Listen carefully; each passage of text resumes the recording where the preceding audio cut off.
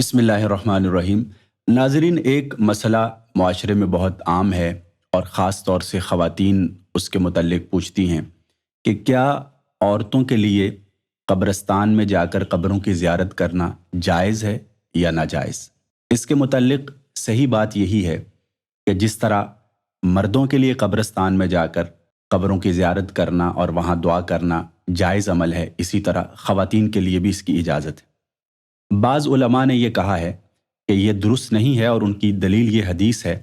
کہ نبی کریم صلی اللہ علیہ وآلہ وسلم نے قبروں کی زیارت کرنے والی عورتوں پر لعنت فرمائی ہے۔ لیکن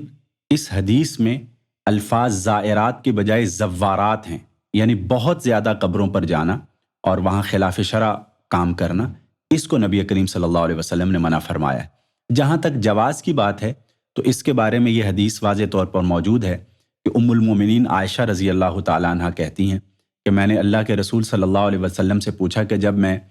قبروں کی زیارت پر جاؤں تو میں کون سی دعا پڑھوں، تو آپ علیہ السلام نے ان کو باقاعدہ طور پر دعا کی تعلیم دی۔ ابن حجر رحمۃ اللہ علیہ کہتے ہیں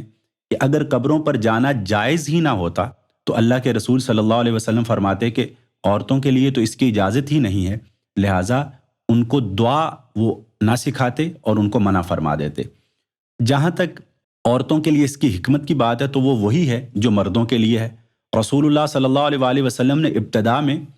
تمام لوگوں کو منع کر دیا تھا، فرمایا کہ کنت نہیتکم عن زیارت القبور الا فزوروها، کہ پہلے میں نے تمہیں قبروں کی زیارت سے روکا تھا، لیکن اب تم قبروں کی زیارت کیا کرو، کیونکہ اس سے جو ہے وہ دل نرم ہوتے ہیں،